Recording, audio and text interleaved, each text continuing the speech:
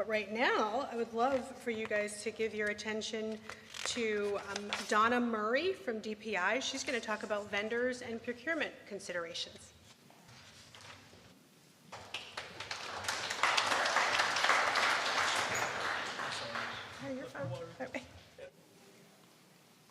All right.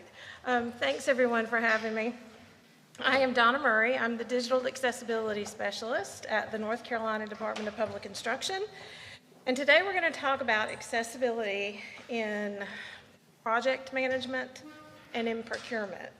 And while I imagine that there are some folks who carry those hats through most of their roles in your respective agencies, I'm going to challenge all of you to think about how does this impact what I do, and how can I collaborate with those folks if I'm not involved in that day-to-day work with procurement? How can I collaborate with those staff members who are to ensure that we are procuring accessible solutions for all of our citizens? So when we're addressing it in projects, my whole focus today is around procurement, but I want to push back and say we really need to be talking about accessibility all the way back to the initiation of a project, because this is when we need to be defining who those stakeholders are, who our user groups are. We need to be thinking about the solicitation language that we're putting in our RFPs or our RFIs. Obviously, we need to be thinking about contract language, because as we're, not just when we're procuring something, but all the way through the contract and implementation timeline, we need to be thinking about who's going to be in charge of fixing things if they're not accessible. Who's going to pay for that? What are those nuances to the contract that we need to include to make sure that we're addressing accessibility all along? And then, as I just mentioned, all the way through implementation. So oftentimes I think when we do talk about accessibility in procurement, we're thinking about truly that procurement phase, right? We put out a bid, some vendors responded, and we might get some information, some documentation from them on what their accessibility features and functionality are or are not. But really, it needs to be addressed from beginning to end of a project.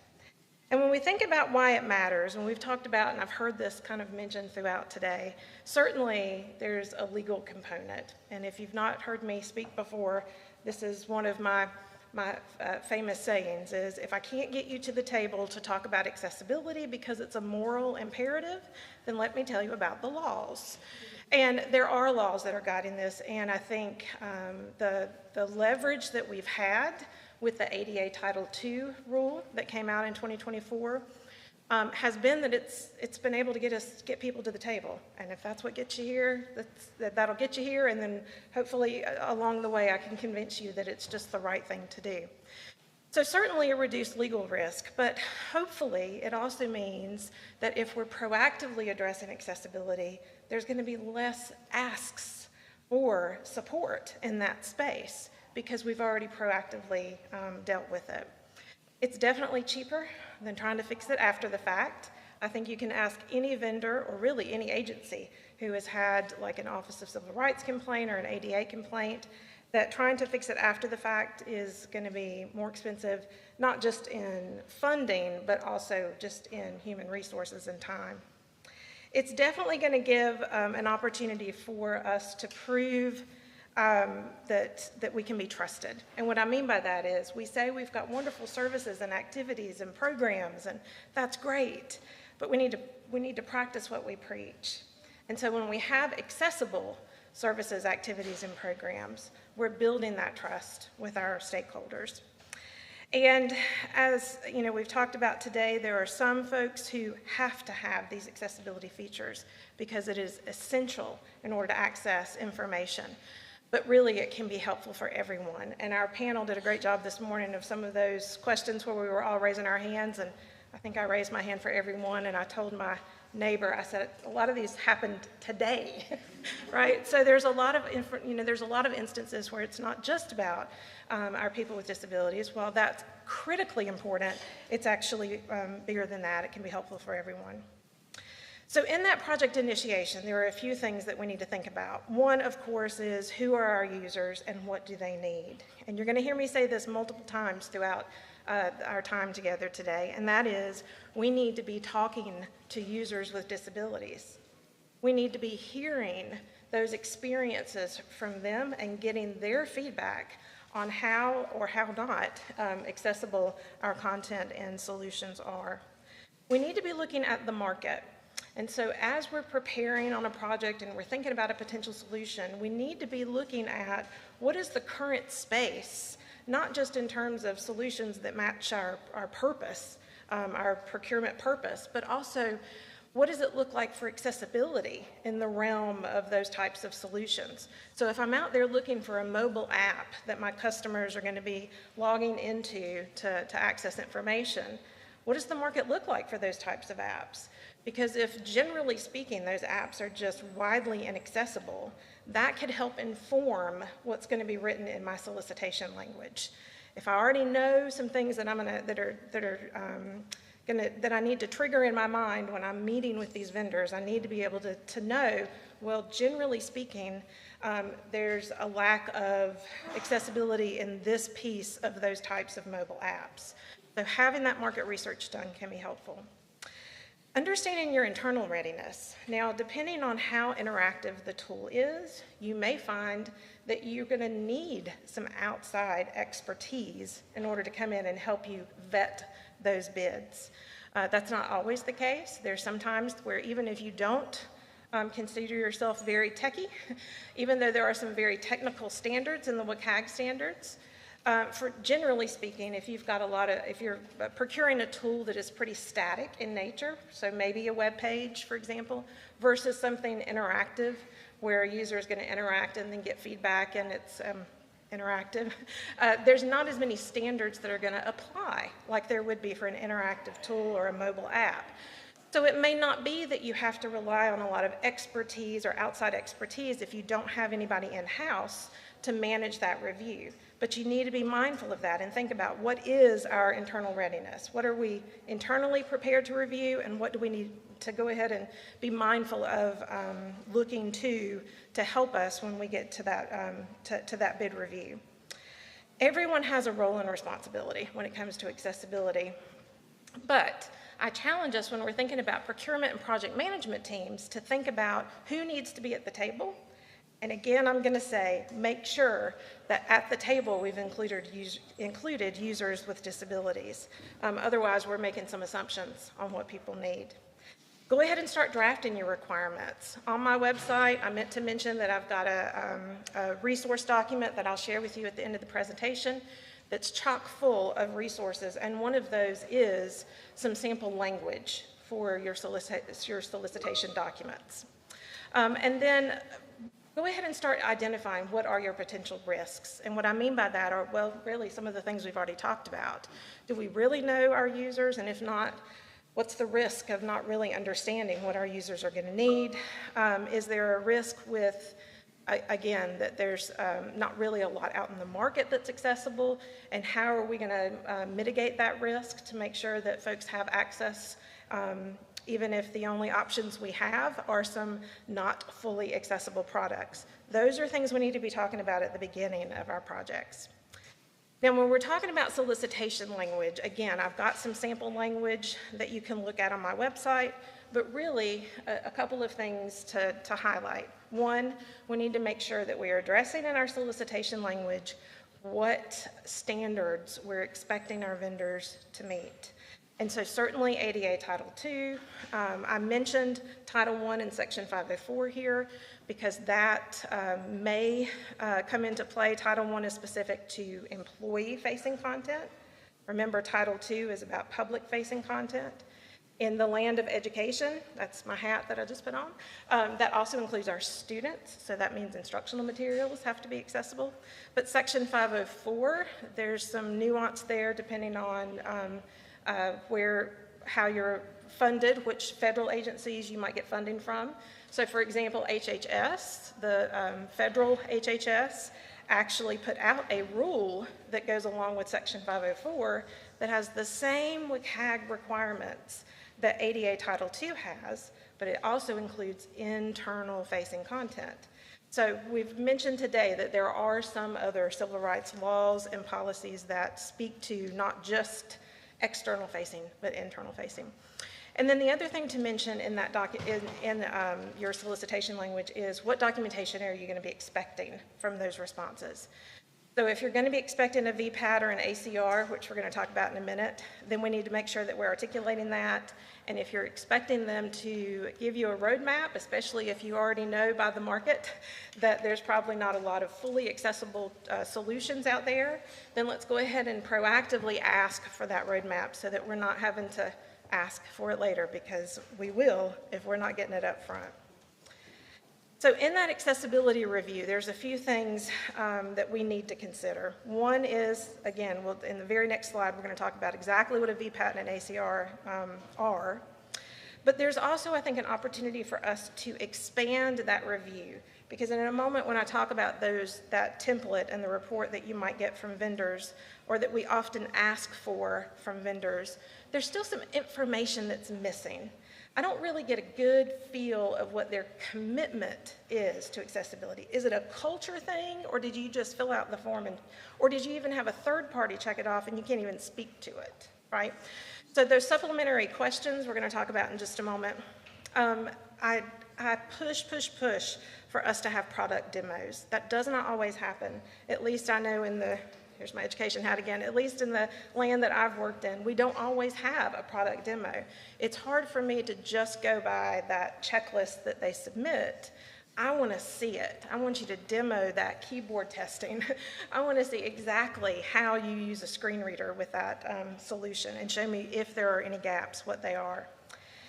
And then a review summary. So I even have a document that you can access that you can take all of these pieces of information and documentation and compile them together so that then as a procurement team you can make recommendations of, is this a non-negotiable, or can we work on a roadmap with this vendor to help us make sure that we're moving towards accessible solutions. And then the last one is exceptions. There are, and I don't want us to hang our hat on these unless we have to, but there are some exceptions built into things like the ADA Title II rule. And there's even things like undue burden and fundamental alteration that we can hang our hat on. But we need to be cognizant about when and how we're going to hang our hat on something like that to have an inaccessible solution. Because we met an exception, that does not take us off the hook of ensuring that everyone who needs access gets access. So I do have some guiding questions on my website to help you think through, would this be a time that we could call or use the undue burden exception? That's definitely a conversation with legal, but there are some guiding questions to help you, draft your documentation if you do decide that. And sorry, the formatting on here is has shifted a little, but a VPAT, anybody familiar with a VPAT? I see some hands up. So a VPAT is a voluntary product accessibility template. And obviously the short acronym for that is a VPAT. Oftentimes we use that interchangeably with the word AC or the acronym ACR. Let me go to the next slide and show you that. So sometimes these are used interchangeably, and oftentimes we'll say, did we get a VPAT from the vendor? Or I've got to review the VPAT. Really, it's just the industry standard template. And there are multiple templates. The one we're going to be looking at, or the one that we need to be asking vendors to complete, is the VPAT that says WCAG. Because those are the standards that we're going to be asking vendors to say, do you meet these standards? And so they fill out that template, and then of course the completed template would be that report, the ACR. But again, oftentimes we'll say VPAT even after it's completed. So sometimes those are used interchangeably. So generally speaking, that's what we ask for when we ask for a documentation from a vendor. The conformance levels that show up or that we are asking vendors to complete are, do you support it? So if there's a WCAG standard about keyboard focus, like John was just telling us about, do you support that? Do you partially support it? Are there instances where that's not being supported? Do you not support it at all? Is it not built into the functionality of your platform? Or is it not applicable? That's great. The conformance levels, honestly, that's great. It's a great first lens, but the remarks section, the open-ended remarks section, that's where you really see whether or not they can fully explain what they're supporting or not supporting or why it doesn't apply, okay? So the remarks section is such a key component, and it's very important that we're pushing our vendors to actually complete that with as much detail as possible. So there are some benefits to that VPAT/ACR. Certainly, it's a great first lens. It's going to give us at least a little bit of insight into how that vendor is working on accessibility, or what function already exists within their product that's accessible. It's a great starting point for discussions. Even if you don't have a techie hat that you're wearing, you can still go through a VPAT and be able to see which sections you're going to need some clarification on, maybe some questions that could be answered in a demo. So it's a great place as a starting point, as a launch pad for discussions with vendors. But there are some limitations. Now, some vendors will actually have a third party complete the VPAT, so they'll do the external review, and I think there's benefits to that. But sometimes it's, again, this third-party review, but the vendor themselves can't even speak to what the report says, right? That's a red flag for me. But if a third party is also nice in that it is hopefully a non-biased review of the product, but oftentimes it is self-reported. So you kind of have to take it for what that's worth. Sometimes it's pretty clear when I'm reading a VPAT if they really understand accessibility or they don't, because they'll misinterpret some of the language, and so their answer doesn't make any sense. That's a red flag for me. That tells me that there's sort of a lack of internal knowledge about the standards. It's also not a substitute. So oftentimes with a VPAT, we might read that the vendor has said, here's how we completed our VPAT. We did some automated testing. Well, that's great.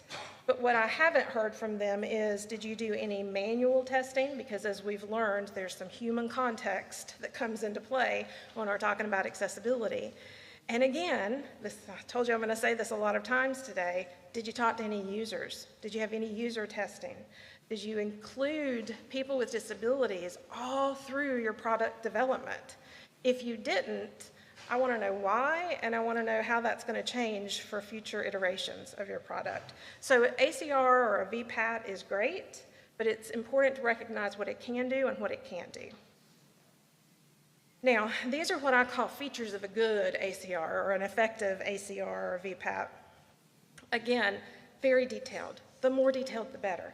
Because if you have a vendor who has said, we support this standard, and then they left the remarks blank because they support it, so what is there to say? I want to know what you mean by that. You mean it's supported for all different user types? Do you mean it's supported on the mobile app as well as the website? Do you mean that it's supported in your training materials? Tell me what you mean, whether it's support, not support, partially supported, or even not applicable. Because sometimes I'll see a lot of NAs. Like, for example, there's no alt text, NA. You don't have any images anywhere? Sometimes that's hard to believe, especially if I know what type of solution we're looking for. So it's important to recognize that there's some things that we should expect in an ACR, and that includes a lot of detail. Some specific examples, that user testing again. Are they being transparent? And this is one of the things that I have really pushed with vendors when I've met with vendors is, I appreciate that you're trying to sell your best self, right? Your best product. But at the end of the day, I need you to be vulnerable about what limitations there are, because we're going to have to get to an accessible product. And the only way we're going to get there is if we truly understand what the current situation is. And then addressing all user interfaces. This is a biggie that I just don't see happening a lot, at least in the land of education. And that is when a vendor submits a VPAT or an ACR, They are looking at one particular user group. So let's say, for example, it's a piece of curriculum that's a digital curriculum. Then the user group that they're addressing in their VPAT is students. But there's a whole admin and teacher and parent section where parents can log in and see how their students are doing. We've got admin and teachers who can go in and see reports, and they haven't addressed that at all. So it's important to think in mind, as they're submitting their VPAT or their ACR, these are the things, these are the green flags that we're looking for. Are they addressing every user? There are some red flags as well, and these are some of the things that I have come across in some of my reviews. One, is it outdated? I recently went through a procurement, served on a procurement team, and the VPAT was completely filled and was actually pretty detailed, but it was from a previous version of their product. So it's really not even worth the time to review it at that point, because I don't know what carried over or what has been changed in the new iteration of the product. So pay attention to the version that they've referenced on the document, as well as the date that it was completed. Sometimes I'll see things like a generic explanation that says supported in all instances. And then that's just copied and pasted every time they put the word support. That's just leave it off if you're going to do that.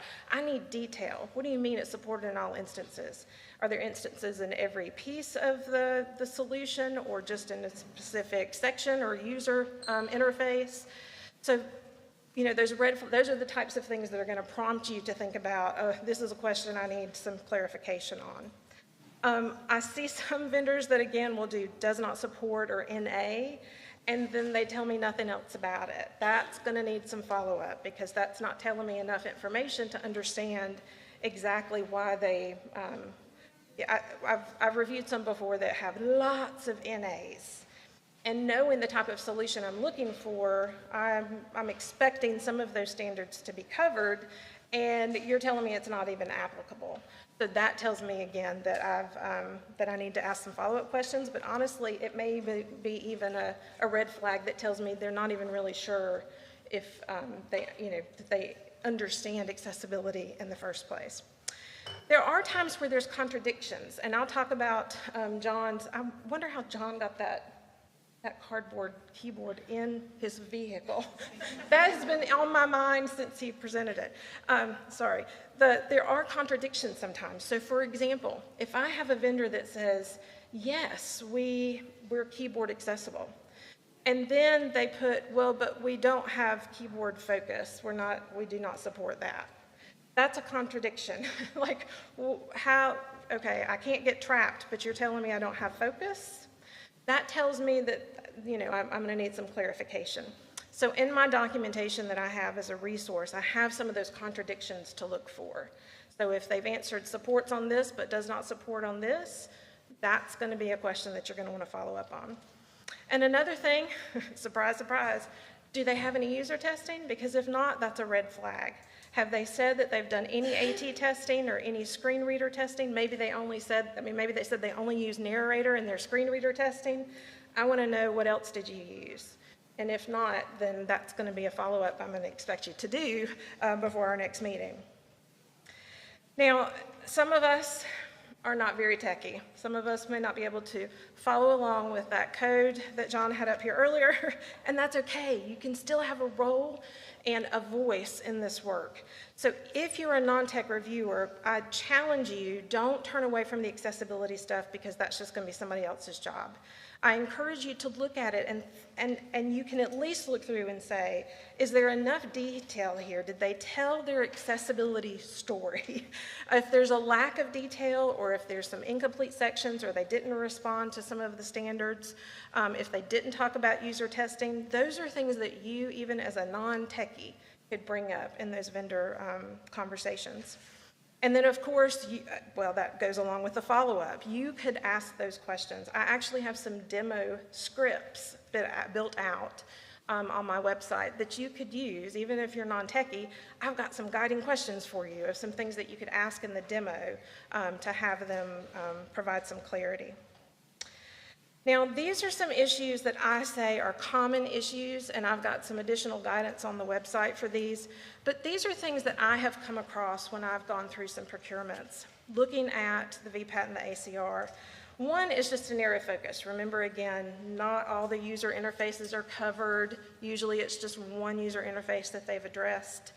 Sometimes I see an over-reliance on the VPAT or the ACR, and what I mean by that is we receive it, we say check on our list of things we expected in the RFP response, and then we move on. We take them at their word, they said they're accessible, so the end of it. That may be fine in terms of who's going to be responsible for it down the road. We can say, hey vendor, you said, but we're still going to end up with an inaccessible solution. So over-reliance on the ACR is sometimes an issue that I've seen. Just focusing on compliance. Yes, we can check all the standards off, but if it's not usable, then we're still missing the boat.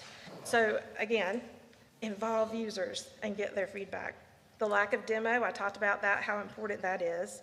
Making those assumptions about users, that is usually a common issue. And siloed expertise, and this is where I say, you've got that one person on the team that's in charge of doing the accessibility review, and I'm going to challenge us all to find a space in that. You don't have to be the person that reviews the entire VPAT, but I bet you could go through and at least get an indication by reading through it to get an indication of what the culture and commitment is. One of the things that I do when I am looking at a potential solution is I go to the product's webpage. Sometimes a product or a company will even have an accessibility page, and I go right there and try to use a keyboard to get through it. Or I'll go right there and I'll try to use an automated checker. And if I find errors, that tells me that we're spinning a story that we don't necessarily believe in, and so I'm going to have some follow-up questions about that. So that's kind of my litmus test sometimes when I think about the commitment of accessibility is how accessible are just your public-facing PR pages around your product. So I do have a full document that will help you through all of these steps that we've just talked about. It's a guidance document for anyone who's reviewing an ACR. So it's going to have some of those contradictions, some of those guiding questions, things to think about before you send out the RFP, and sample language, all of the things. I've kind of got it compiled in this one document for you. But I'm going to challenge us to think about even beyond the VPAT or the ACR, and these were those supplemental questions that I think I mentioned a number of slides ago. Because in the VPAT, or in the template itself, the VPAT template itself, there are some basic information fields that they complete at the top. When was this completed? What version was it of the product? But it's missing some of the meat. And what I mean by that is I want like a full narrative about what your commitment to accessibility is. And if someone has issues with your product, some accessibility issues, what is the support mechanism or mechanisms that you have in place to help them? That's what I've built out in these supplemental questions. So I encourage you, if it's possible within the scope of your agency, to not only request the VPAT, but to request that they answer these additional questions, because I think it's going to give you greater insight that's just not covered in that standard by standard VPAT review. I also have a vendor guide. So I did a 6-part webinar series specifically for vendors, because as you'll hear me say in a minute, I think this has to be a collaborative effort, especially until we all get our feet under us and until the market catches up with the accessibility needs that we have. So I have a vendor guide that is specifically to help them write the kind of ACR that we're looking for, so that we're not getting the incomplete one and then having to loop back and say we need additional answers or information. Hopefully we can cut some of that time and effort out by having them understand really what we need from the beginning. So I have a vendor guide to support that. Now, when it comes to actually, we get through this process, we've found a tool that we can live with, it's accessible, or at least accessible enough, and we've got a roadmap idea of how they're going to improve. These are some things that we might need to consider including in our contract language. So on my website, I actually have full statements that you might want to include within your contract that cover things like, what's the remediation plan going to be for things that are inaccessible? What's your roadmap? Who's going to cover the cost if that happens? What happens when there's updates to the product? Who's going to be in charge of that financially, and how are we going to, how is the time frame going to be determined for those updates? And honestly, I think it's an opportunity for us to even build in contract language to say, we want to be partners in that work, and we want to help you prioritize what's going to be on your roadmap. So that leads me to this, collaboration with vendors. I do think it's important. I think it's so important because, again, we're learning, they're learning too. The market, generally speaking, for digital solutions out there is pretty inaccessible still. There's certainly pockets of accessible products, but generally speaking, there's still a lot of work to be done.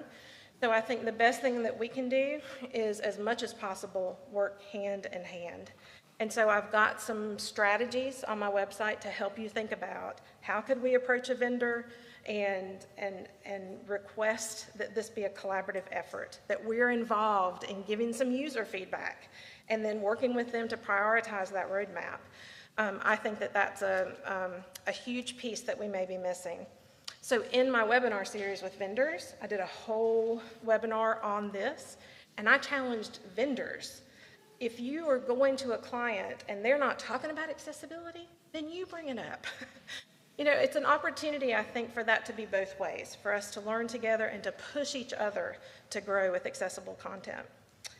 And I love this quote. I came across this quote on well, it was Twitter at the time, X now, from a disabled user. And I love this perspective.